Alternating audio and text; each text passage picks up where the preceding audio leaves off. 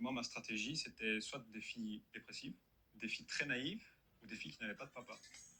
Les gens ont tendance, quand ils rencontrent quelqu'un, à croire qu'en face d'eux, la personne a la même capacité d'amour, la même capacité d'empathie.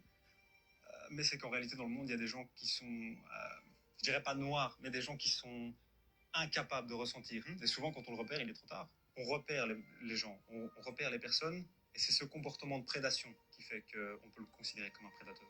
En fait, ce que je fais, d'abord, c'est que je repère la bonne personne, la personne empathique, la personne naïve, pour trouver juste la bonne cible. Une fois qu'on l'a, je fais ce que je fais toujours. Quand je vais me mettre avec quelqu'un, je sais d'ores et déjà que je pourrais pas l'aimer, et je ne veux pas l'aimer, et je sais d'ores et déjà que ça va mal finir, que je veux la quitter. C'est beaucoup plus compliqué pour moi quand il n'y a plus d'enjeu de tenir ce rôle. Et je ne peux pas aimer, je ne pourrai jamais aimer.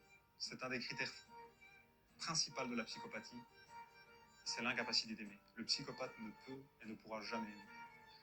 La première étape, j'observe beaucoup. Et une fois que j'ai observé ça chez quelqu'un, je vais me former la personne que je dois être pour cette personne.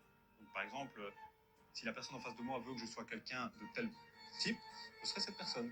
La deuxième étape, c'est la manipulation. Là, c'est là qu'on met en toutes les stratégies, les manipulations émotionnelles, du mensonge, peu importe. Et puis la troisième étape, on obtient ce qu'on veut.